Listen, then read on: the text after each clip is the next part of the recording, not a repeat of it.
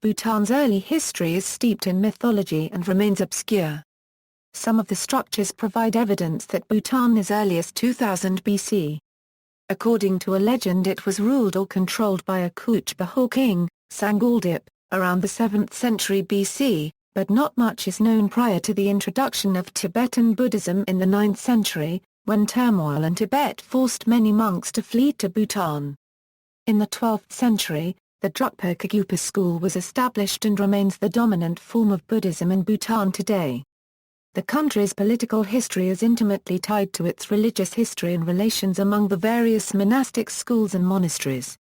Bhutan is one of only a few countries which have been independent throughout their history, never conquered, occupied, or governed by an outside power. Although there has been speculation that it was under the Kamarupa Kingdom or the Tibetan Empire in the 7th to 9th centuries, firm evidence is lacking. From the time historical records are clear, Bhutan has continuously and successfully defended its sovereignty. The consolidation of Bhutan occurred in 1616 when Nawanak Namgyal, a lama from western Tibet known as the Tsab Drung Rinpoche, defeated 3 Tibetan invasions, subjugated rival religious schools, codified the Zayig, an intricate and comprehensive system of law, and established himself as ruler over a system of ecclesiastical and civil administrators. After his death, infighting and civil war eroded the power of the Tsab Drung for the next 200 years. In 1885 Ujiyiningchuk was able to consolidate power, and began cultivating closer ties with the British in India. In 1907, Ujiyiningchuk was elected as the hereditary ruler of Bhutan, crowned on December 17, 1907, and installed as the head of state, the Drukpa Kagyupa.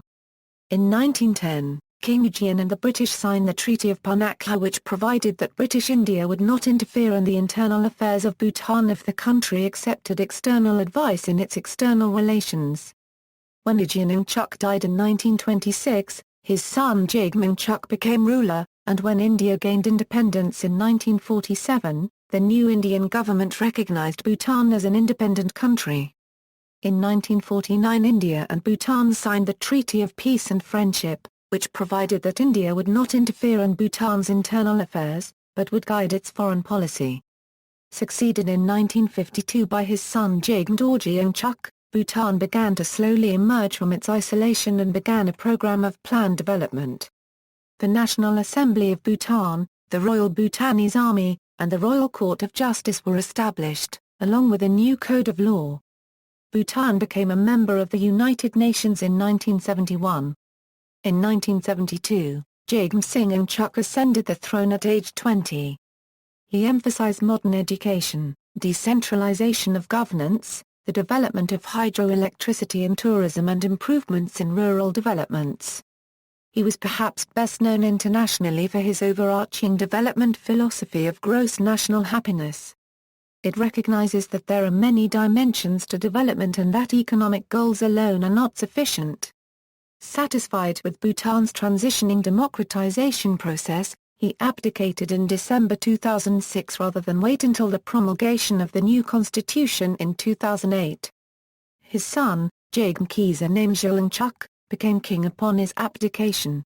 Prehistory, Neolithic tools found in the Bhutan indicate that people have been living in the Himalayan region for at least 11,000 years ago.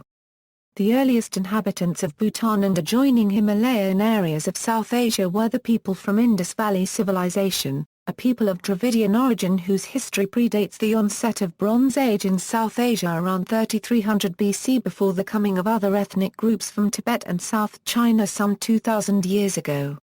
Origins and early settlement, 600 Euro 1600, a state of Lahaman or Monial, possibly a part of Tibet that was then beyond the pale of Buddhist teachings. Monial is thought to have existed between AD 100 and AD 600. The names Lahaman Tsendanjong and Lahaman Kashi, found in ancient Bhutanese and Tibetan chronicles, may also have credence and have been used by some Bhutanese scholars when referring to their homeland. Variations of the Sanskrit words Bhota Ant or Bhutan have been suggested by historians as origins of the name Bhutan, which came into common foreign use in the late 19th century and is used in Bhutan only in English-language official correspondence. The traditional name of the country since the 17th century has been Drukpa country of the Drukpa, the dragon people, or the land of the thunder dragon, a reference to the country's dominant Buddhist sect. Some scholars believe that during the early historical period the inhabitants were fierce mountain aborigines, the Monpa, who were of neither the Tibetan or Mongol stock that later overran northern Bhutan. The people of Monil practiced a shamanistic religion, which emphasized worship of nature and the existence of good and evil spirits. During the latter part of this period, historical legends relate that the mighty king of Monil invaded a southern region known as the Duars, subduing the regions of modern Assam, West Bengal, and Bihar in India. Arrival of Buddhism Buddhism was first introduced to Bhutan in the 7th century. Tibetan king Songtse Khyentse Gampo, a convert to Buddhism, ordered the construction of 2 Buddhist temples, at Bumthang in central Bhutan and at Kyaku in the Paro Valley. Buddhism was propagated in earnest in 746 under King Sindhu Raja, an exiled Indian king who had established a government in Bumthang at Chorkhagavu Palace. Buddhism replaced but did not eliminate the Bon religious practices that had also been prevalent in Tibet until the late 6th century. Instead, Buddhism absorbed Bon and its believers. As the country developed in its many fertile valleys, Buddhism matured and became a unifying element. It was Buddhist literature and chronicles that began the recorded history of Bhutan. In 747, a Buddhist saint, Padmasambhava, came to Bhutan from India at the invitation of one of the numerous local kings. After reportedly subduing 8 classes of demons and converting the king, Guru Rinpoche moved on to Tibet. Upon his return from Tibet, he oversaw the construction of new monasteries in the Paro Valley and set up his headquarters in Bumthang. According to tradition, he founded the Nyingma sect also known as the Old Sect, or Red Hat sect of Mahayana Buddhism, which became for a time the dominant religion of Bhutan. Guru Rinpoche plays a great historical and religious role as the national patron saint who revealed the Tantras manuals describing forms of devotion to natural energy to Bhutan. Following the Guru's sojourn, Indian influence played a temporary role until increasing Tibetan migrations brought new cultural and religious contributions. There was no central government during this period. Instead, small independent monarchies began to develop by the early 9th century. Each was ruled by a deb, some of whom claimed divine origins. The kingdom of Bumthang was the most prominent among these small entities. At the same time, Tibetan Buddhist monks had firmly rooted their religion and culture in Bhutan, and members of joint Tibetan-Mongol military expeditions settled in fertile valleys.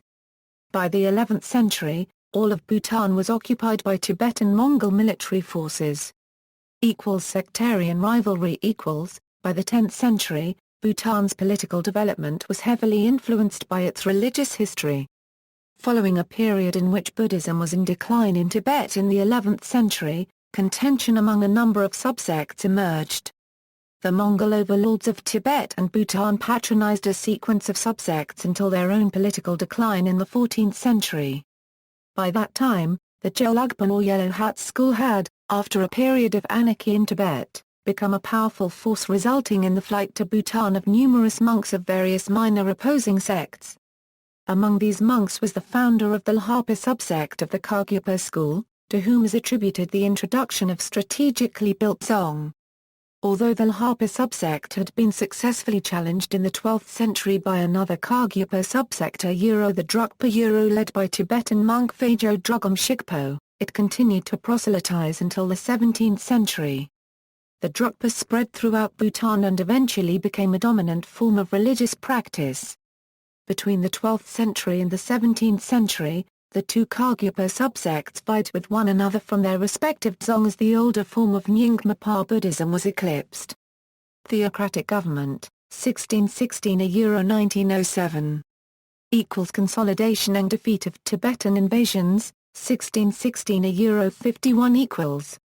In the 17th century, a theocratic government independent of Tibetan political influence was established, and pre-modern Bhutan emerged. The theocratic government was founded by an expatriate Drukpa monk, Nawang Namgyal, who arrived in Bhutan in 1616 seeking freedom from the domination of the Gelugpa subsect led by the Dalai Lama in Lhasa. After a series of victories over rival subsect leaders and Tibetan invaders, Ngawang Namgyal took the title Tsab Drung, becoming the temporal and spiritual leader of Bhutan. Considered the first great historical figure of Bhutan, he united the leaders of powerful Bhutanese families in a land called Drukpa Kagyupa. He promulgated a code of law and built a network of impregnable dzong, a system that helped bring local lords under centralized control and strengthen the country against Tibetan invasions. Many dzong were extant in the late 20th century. During the First War with Tibet, c. 1627, Portuguese Jesuits Estevão Pondo Casler and João Pondo Cabral were the first recorded Europeans to visit Bhutan on their way to Tibet.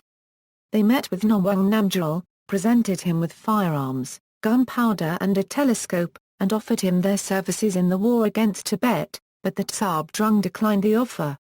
After a stay of nearly 8 months, Casler wrote a long letter from the Shugri monastery reporting the travel. This is a rare report of the Tsab Drung remaining. Tibetan armies invaded Bhutan around 1629, in 1631, and again in 1639, hoping to throttle Ngawang Namgyal's popularity before it spread too far. In 1634 Ngawang Namgyal defeated Kama Tengkeong's army in the Battle of Five Lamas. The invasions were thwarted, and the Drukpa subsect developed a strong presence in western and central Bhutan, leaving Ngawang Namgyal supreme. In recognition of the power he accrued, goodwill missions were sent to Bhutan from Cooch-Behar in the Diras, Nepal to the west, and Ladakh in western Tibet. The ruler of Ladakh even gave a number of villages in his kingdom to Ngawang Namgyal. Bhutan's troubles were not over, however. In 1643, a joint Mongol-Tibetan force sought to destroy Nyingma refugees who had fled to Bhutan, Sikkim, and Nepal. The Mongols had seized control of religious and civil power in Tibet in the 1630s and established Gelugpa as the state religion. Bhutanese rivals of Ngawang Namgyal encouraged the Mongol intrusion, but the Mongol force was easily defeated in the humid lowlands of southern Bhutan. Another Tibetan invasion in 1647 also failed. During Ngawang Namgyal's rule, administration comprised a state monastic body with an elected head, the Khenpo, and a theocratic civil government headed by the Drukdesi. The Drukdesi was either a monk or a member of the Laitya by the 19th century, usually the latter. He was elected for a 3-year term, initially by a monastic council and later by the state council.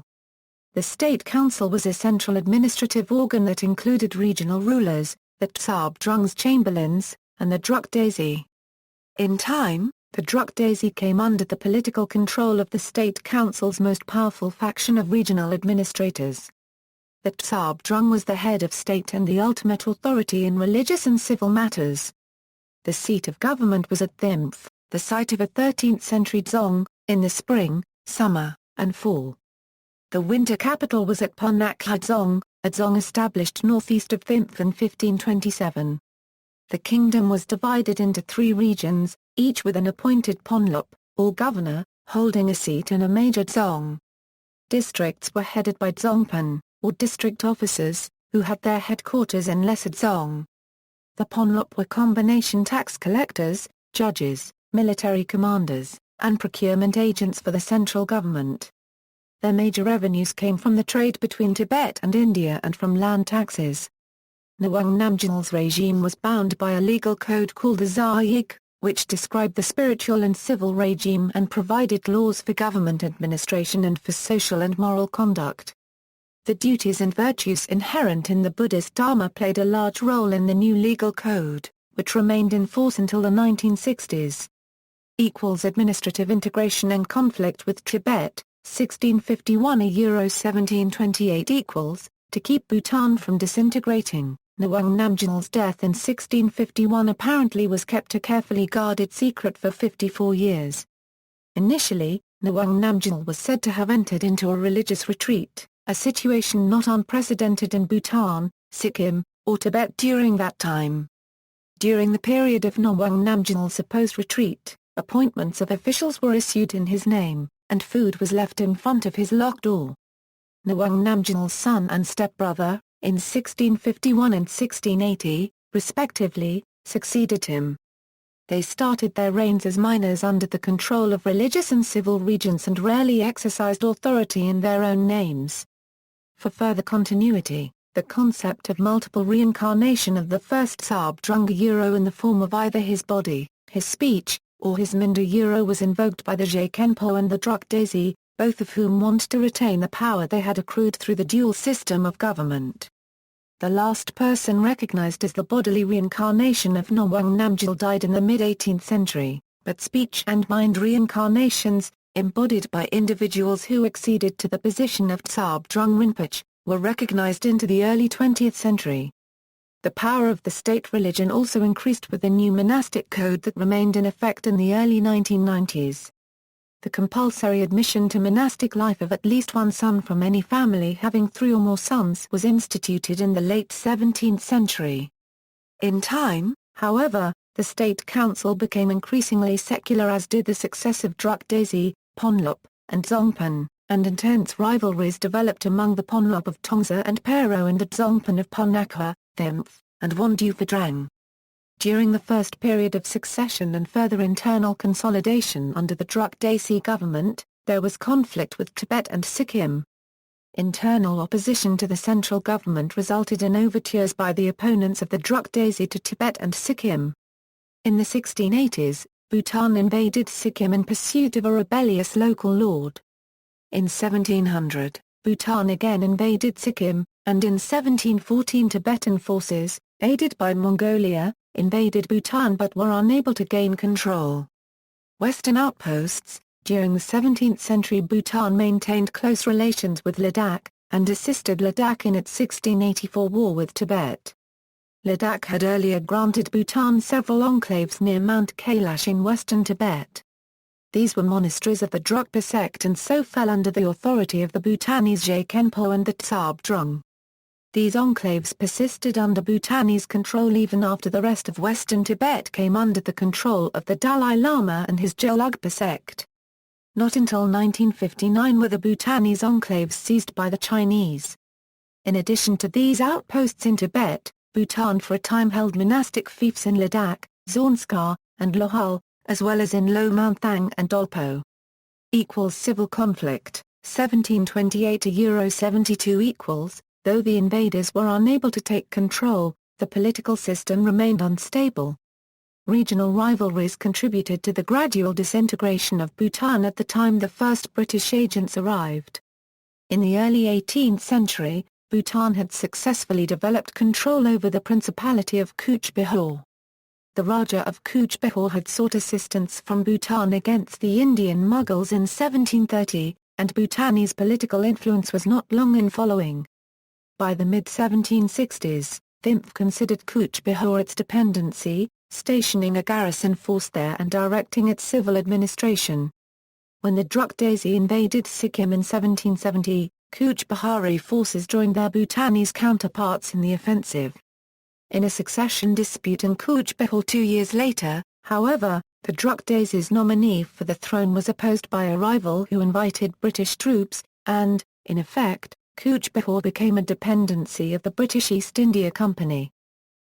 British intrusion, 1772–1907 Under the Cooch-Behari Agreement with the British, a British expeditionary force drove the Bhutanese garrison out of Cooch-Behar and invaded Bhutan in 1772–73. The Drukdesi petitioned Lhasa for assistance from the Panchen Lama, who was serving as regent for the youthful Dalai Lama. In correspondence with the British Governor-General of India, however, the Panchen Lama instead punished the Drukdesi and invoked Tibet's claim of suzerainty over Bhutan. Failing to receive help from Tibet, the Drukdesi signed a treaty of peace with the British East India Company on April 25, 1774. Bhutan agreed to return to its pre-1730 boundaries, paid a symbolic tribute of 5 horses to Britain, and, among other concessions, allowed the British to harvest timber in Bhutan. Subsequent missions to Bhutan were made by the British in 1776, 1777, and 1783, and commerce was opened between British India and Bhutan, and, for a short time, Tibet. In 1784, the British turned over to Bhutanese control Bengal Diar's territory, where boundaries were poorly defined.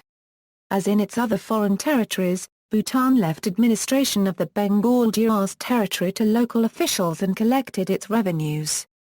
Although major trade and political relations failed to develop between Bhutan and Britain, the British had replaced the Tibetans as the major external threat. Boundary disputes plagued Bhutanese-Euro-British relations. To reconcile their differences, Bhutan sent an emissary to Calcutta in 1787, and the British sent missions to Thimphu in 1815 and 1838. The 1815 mission was inconclusive.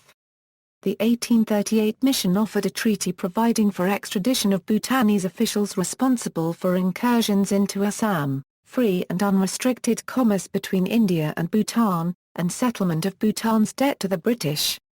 In an attempt to protect its independence, Bhutan rejected the British offer. Despite increasing internal disorder, Bhutan had maintained its control over a portion of the Assam Diars more or less since its reduction of Cooch-Behar to a dependency in the 1760s. After the British gained control of Lower Assam in 1826, tension between the countries began to rise as Britain exerted its strength. Bhutanese payments of annual tribute to the British for the Assam Diars gradually fell into arrears. British demands for payment led to military incursions into Bhutan in 1834 and 1835, resulting in defeat for Bhutan's forces and a temporary loss of territory. The British proceeded in 1841 to annex the formerly Bhutanese-controlled Assam Diars, paying a compensation of 10,000 rupees a year to Bhutan. In 1842, Bhutan gave to the British control of some of the troublesome Bengal Diar's territory it had administered since 1784. Charges and countercharges of border incursions and protection of fugitives led to an unsuccessful Bhutanese mission to Calcutta in 1852. Among other demands, the mission sought increased compensation for its former Diar's territories. Instead, the British deducted nearly 3,000 rupees from the annual compensation and demanded an apology for alleged plundering of British protected lands by members of the mission. Following more incidents and the prospect of an anti-Bhutan rebellion in the Bengal Diars, British troops deployed to the frontier in the mid-1850s. The Sepoy rebellion in India in 1857-58 and the demise of the British East India Company's rule prevented immediate British action. Bhutanese armed forces raided Sikkim and Cooch-Behar in 1862, seizing people, property, and money. The British responded by withholding all compensation payments and demanding release of all captives and return of stolen property. Demands to the Drukpa went unheeded, as he was alleged to be unaware of his frontier officials' actions against Sikkim and Cooch-Behar. Britain sent a peace mission to Bhutan in early 1864, in the wake of the recent conclusion of a civil war there. The Dzongpan of Panaqua, who had emerged victorious had broken with the central government and set up a rival Drukpa, while the legitimate Drukpa sought the protection of the Panaqua of Pero and was later deposed. The British mission dealt alternately with the rival Panaqua of Pero and the Panaqua of Tongsa, but Bhutan rejected the peace and friendship treaty it offered. Britain declared war in November 1864. Bhutan had no regular army, and what forces existed were composed of Dzong guards armed with matchlocks, bows and arrows, swords, knives, and catapults. Some of these Dzong guards, carrying shields and wearing chainmail armor, engaged the well-equipped British forces. The Daor War lasted only 5 months and, despite some battlefield victories by Bhutanese forces, resulted in Bhutan's defeat, loss of part of its sovereign territory, and forced cession of formerly occupied territories. Under the terms of the Treaty of Sinshula, signed on November 11, 1865, Bhutan ceded territories in the Assam Diars and Bengal Diars, as well as the 83 square kilometre territory of Duangiri in southeastern Bhutan, in return for an annual subsidy of 50,000 rupees. The land that was to become Bhutan House was ceded from Bhutan to British India in 1865 at the conclusion of the Daor War and as a condition of the Treaty of Sinshula. In the 1870s and 1880s, renewed competition among regional rivals primarily the pro-British Panaqua of Tongsa and the anti-British, pro-Tibetan Ponlop of Paro resulted in the ascendancy of Ujinungchuk, the Ponlop of Tongsa. From his power base in central Bhutan, Ujinungchuk had defeated his political enemies and united the country following several civil wars and rebellions in 1882–85. His victory came at a time of crisis for the central government, however. British power was becoming more extensive to the south, and in the west Tibet had violated its border with Sikkim, incurring British disfavour. After 1,000 years of close ties with Tibet, Bhutan faced the threat of British military power and was forced to make serious geopolitical decisions. The British, seeking to offset potential Russian advances in Lhasa, wanted to open trade relations with Tibet. Ujinungchuk, on the advice of his closest advisor Ujien Dorji, saw the opportunity to assist the British and in 1903 April volunteered to accompany a British mission to Lhasa as a mediator.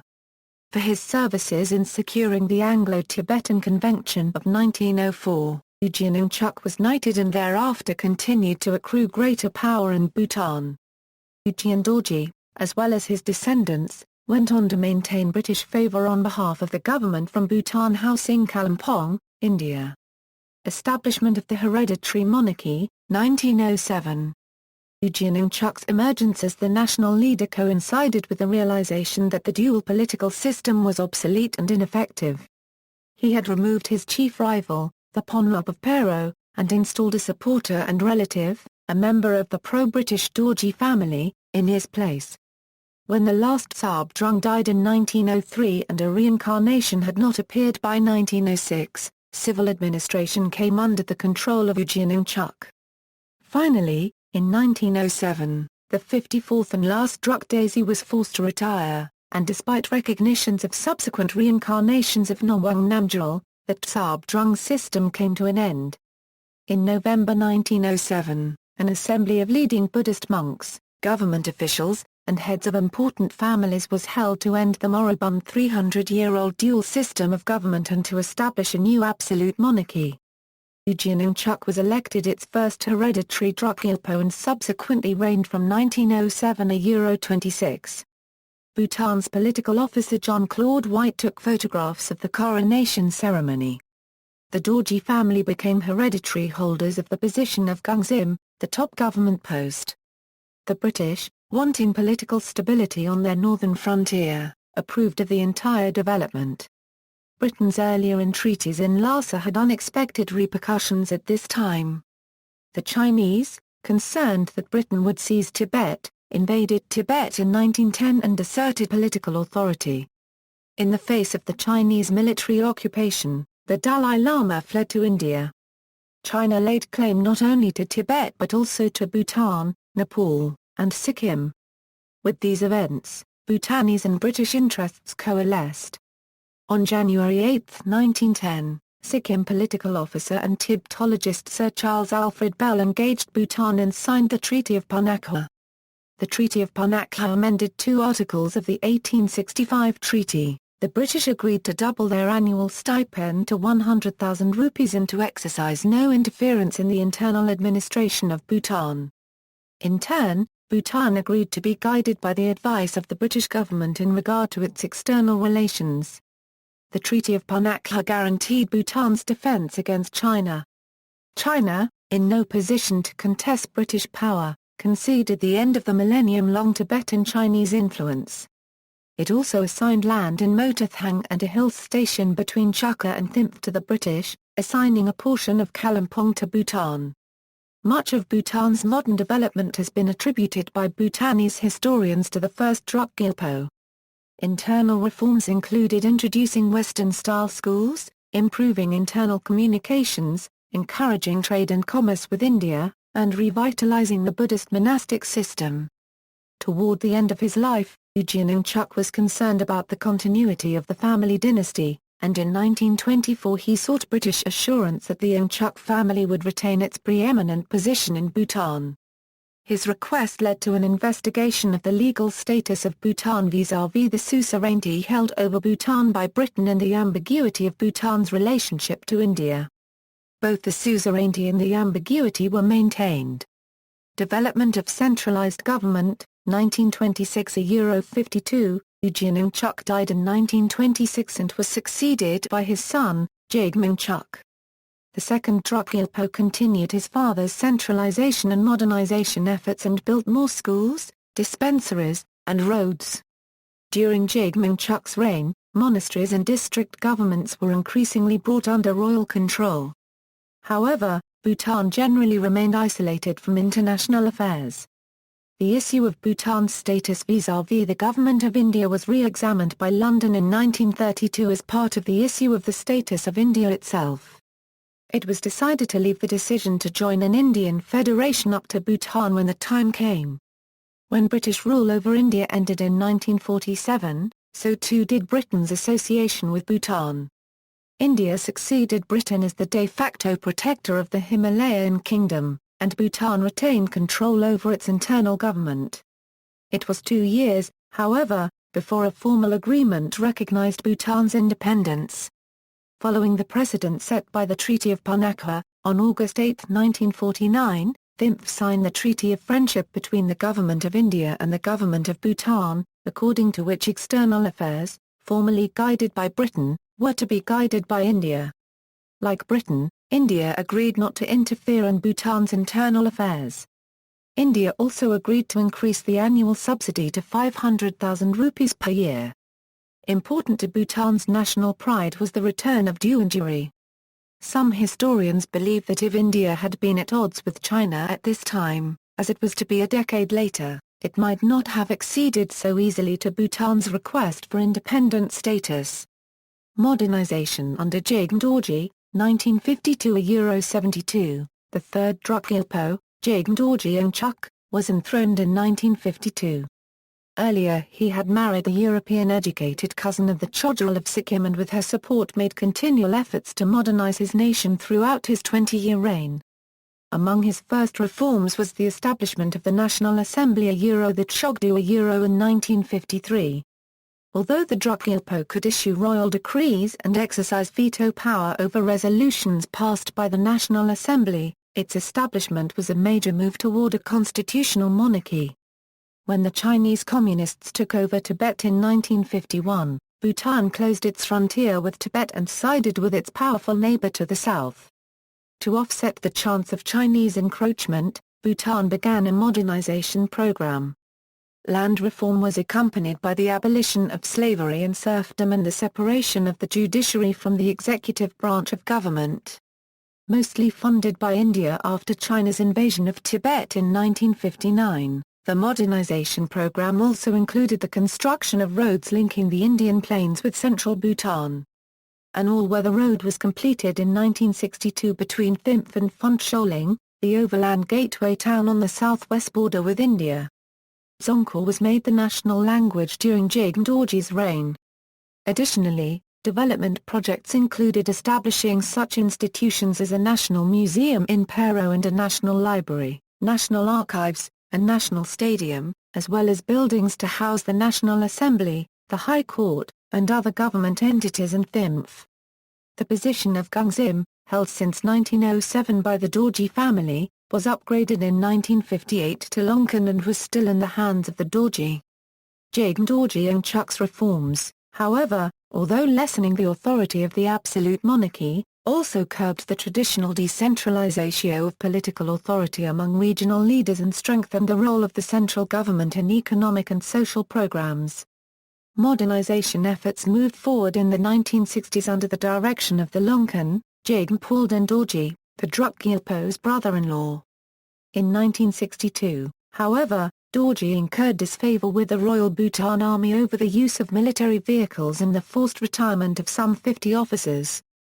Religious elements also were antagonized by Dorji's efforts to reduce the power of the state-supported religious institutions. In April 1964, while the Drukgyalpo was in Switzerland for medical care, Dorji was assassinated in Phuntsholing by an army corporal. The majority of those arrested and accused of the crime were military personnel and included the Army Chief of Operations, Namgyal Baja, the Drukgyalpo's uncle, who was executed for his part in the plot. The unstable situation continued under Dorji's successor as acting Longkan, his brother Lhendup Dorji, and for a time under the Drukgyalpo's brother, Namgyal Ngchuk, as head of the army. According to some sources, a power struggle ensued between pro-Ngchuk loyalists and modernist Dorji supporters. The main issue was not an end to or lessening of the power of the monarchy but full freedom from Indian interference. Other observers believe the 1964 crisis was not so much a policy struggle as competition for influence on the palace between the Dorji family and the Drukgyalpo's Tibetan consort, Yanki, and her father. Lhendup Dorji had earlier threatened to kill Yanki his sister's Rivla and ordered her arrest when, fearing for her life and that of her 2-year-old son by the Drukgyalpo, she sought refuge in India during the political crisis. Lhendup also incurred the disapproval of the Drukgyalpo by seeking to become sole regent of the kingdom after his brother's death, eliminating the queen and the king's brother. Before returning to Bhutan from Switzerland, Jagn Dorji met with the Indian Secretary-General and Foreign Secretary in Calcutta, Bhuti, who offered Indian support, including paratroopers if necessary, to help the Drukgyalpo restore order in the kingdom. Unable to regain the Drukgyalpo's trust, Lhendup fled to London, while other supporters in the military and government fled to Nepal and Calcutta. Afterwards, in concurrence of the National Assembly, Lhendup Dorji and other family members were exiled in 1965. However, the exiles continued their attacks on the Drukgyalpo and India, worsening relations between India and China. The tense political situation continued and in July 1965 there was an assassination attempt on the Drukgyalpo. The Dorji were not implicated in the attempt which was described as a private matter and the would-be assassins were pardoned by the Drukgyalpo. In 1966, to increase the efficiency of government administration, Jagn Dorji Ngchuk made Thimphu the year-round capital. In May 1968, the Comprehensive Rules and Regulations of the National Assembly revised the legal basis of the power granted to the National Assembly. The Drukgyalpo decreed that henceforth sovereign power, including the power to remove government ministers and the Drukgyalpo himself, would reside with the National Assembly. The following November, the Drukgyalpo renounced his veto power over National Assembly bills and said he would step down if 2/3 of the legislature passed a no-confidence vote. Although he did nothing to undermine the retention of the Ngchuk dynasty, the Drukgyalpo in 1969 called for a triennial vote of confidence by the National Assembly to renew the Drukgyalpo's mandate to rule. Diplomatic overtures also were made during Jagn Dorji Ngchuk's reign. Although always seeking to be formally neutral and non-aligned in relations with China and India, Bhutan also sought more direct links internationally than had occurred previously under the foreign policy guidance of India. Consequently, in 1962 Bhutan joined the Colombo Plan for Cooperative, Economic, and Social Development in Asia and the Pacific known as the Colombo Plan, and in 1966 notified India of its desire to become a member of the United Nations. In 1971, after holding observer status for 3 years, Bhutan was admitted to the UN. In an effort to maintain Bhutan as a stable buffer state, India continued to provide substantial amounts of development aid. Jagn Dorji Ngchuk ruled until his death in July 1972 and was succeeded by his 17-year-old son, Jagn Singh Ngchuk. The close ties of the Ngchuk and Dorji families were re-emphasized in the person of the new king, whose mother, Ashikusang Dorji, was the sister of the Longkan, Jagn Palden Dorji. Jagn Singh Ngchuk, who had been educated in India and Britain, had been appointed Ponlop of Tongsa in May 1972 and by July that year had become the Drukgyalpo. With his mother and 2 elder sisters as advisors, the new Drukgyalpo was thrust into the affairs of state. He was often seen among the people, in the countryside, at festivals, and, as his reign progressed, meeting with foreign dignitaries in Bhutan and abroad. His formal coronation took place in June 1974, and soon thereafter the strains between the Ngchuks and Dorji were relieved with the return that year of the exiled members of the latter family. The reconciliation, however, was preceded by reports of a plot to assassinate the new Drukgyalpo before his coronation could take place and to set fire to the Tashacho Dzong. Yanki was the alleged force behind the plot, which was uncovered 3 months before the coronation. 30 persons were arrested, including high government and police officials. However, Lawrence Sitterling, secretary to Jigme Dorji Chuk, later reported that the assassination plot was a fabrication by a Chinese diplomat designed to alienate Bhutan from India. But the truth was not any more politically acceptable. Those arrested were Tibetan campers rebels, trained in India, who were traveling through Bhutan on a mission to Tibet. Under pressure from China, the Bhutanese government demanded that the 4,000 Tibetan refugees living in Bhutan either become Bhutanese citizens or go into exile. Most chose exile. International relations, 1972 present. When civil war broke out in Pakistan in 1971, Bhutan was the first nation to recognize the new government of Bangladesh, and formal diplomatic relations were established in 1973. An event in 1975 may have served as a major impetus to Bhutan to speed up reform and modernization. In that year, neighboring Sikkim's monarchy, which had endured for more than 300 years, was ousted following a plebiscite in which the Nepalese majority outvoted the Sikkimese minority. Sikkim, long a protectorate of India, became India's 22nd state. To further ensure its independence and international position, Bhutan gradually established diplomatic relations with other nations and joined greater numbers of regional and international organizations. Many of the countries with which Bhutan established relations provided development aid. Modernization of daily life brought new problems to Bhutan in the late 1980s. Television broadcast was officially introduced in Bhutan in 1999. The same as separatists several guerrilla groups seeking to establish an independent Assamese state in northeast India have set up guerrilla bases in the forests of southern Bhutan, from which they launched cross-border attacks on targets in Assam. The largest guerrilla group was the ULFA. Negotiations aimed at removing them peacefully from these bases failed in the spring of 2003. Bhutan was faced with the prospect of having to strengthen its token army force to evict the guerrillas. Military action against Assamese separatists December 2003 On December 15, 2003 the Royal Bhutan Army began military operations against guerrilla camps in southern Bhutan, in coordination with Indian armed forces who lined the border to the south to prevent the guerrillas from dispersing back into Assam. News sources indicated that of the 30 camps that were targeted, 13 were controlled by ULFA, 12 camps by the National Democratic Front of Bodoland, and 5 camps controlled by the Kamarupa Liberation Organization. By January, government news reports indicated the guerrillas had been routed from their bases.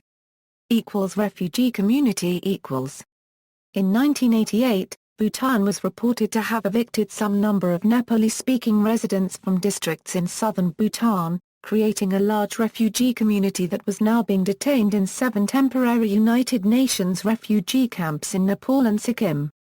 The actual numbers were difficult to establish, as many of those in the camps were reported to be holding forged identity papers, and impoverished Nepalese citizens and started to migrate to the Nepalese community leaving their refugee camps. The reason for leaving refugee camps was to find a job, and services to those living in camps. Few of them returned to the refugee camps. As a result, the number of people living in the camps decreased exponentially. Although the Bhutanese government claimed that only about 5,000 initially left the country, the number of actual migration was more than that. After years of negotiations between Nepal and Bhutan, in 2000 Bhutan agreed in principle to allow certain classes of the refugees to return to Bhutan. However, the situation was at a standstill after violence was committed on Bhutanese officials by the angered people in the camps. Significant unrest was now reported to be fermenting in the camps, especially as the United Nations terminated a number of educational and welfare programs in an effort to force Bhutan and Nepal to come to terms. As the Bhutanese government was unwilling to take them into their country, many developed nations offered the refugees to allow them to settle in their own countries, which included USA and Australia. As many as 20,000 Bhutanese refugees have been resettled in these countries. Formalized democracy. Constitution. On March 26, 2005, an auspicious day when the stars and elements converge favorably to create an environment of harmony and success, the king and government distributed a draft of the country's first constitution, requesting that every citizen review it. A new House of Parliament, the National Council, is chartered consisting of 20 elected representatives from each of the dzonghags, persons selected by the king. The National Council would be paired with the other already existing house, the National Assembly. Per the Constitution, the monarchy is given a leadership role in setting the direction for the government as long as the king shall demonstrate his commitment and ability to safeguard the interests of the kingdom and its people. Jigme Kisa Namgyalngchuk on December 15, 2006, the fourth Drukgyalpo, His Majesty Jigme Singangchuk, abdicated all of his powers as king to his son, Prince Jigme Kisa Namgyalngchuk, with a specific intention to prepare the young king for the country's transformation to a full-fledged, democratic form of government due to occur in 2008. The previous king's abdication in favor of his son was originally set to occur in 2008 as well, but there was an apparent concern that the new king should have hands-on experience as the nation's leader before presiding over a transformation in the country's form of government. According to the national newspaper, the Council, the previous king stated to his cabinet that as long as he himself continued to be king, the crown prince would not gain the actual experience of dealing with issues and carrying out the responsibilities of a head of state. With parliamentary democracy to be established in 2008, there was much to be done. So it was necessary that he gain this valuable experience. The fourth Drukgyalpo further stated that, Bhutan could not hope for a better time for such an important transition. Today, the country enjoys peace and stability, and its security and sovereignty is ensured. After phenomenal development and progress, the country is closer than ever to the goal of economic self-reliance. Bhutan unregistered trademark's relation with its closest neighbor and friend, India, has reached new heights. International organizations and bilateral development partners are ready to support Bhutan unregistered trademark's development efforts and political transformation. Further reading. See also. References. Works cited Savada, Andrea Maitels. A Country Study, Bhutan. Library of Congress Federal Research Division. This article incorporates text from this source, which is in the public domain. External links: Formation of the State of Bhutan in the 17th century and its Tibetan antecedents, Profile of Bhutanese kings.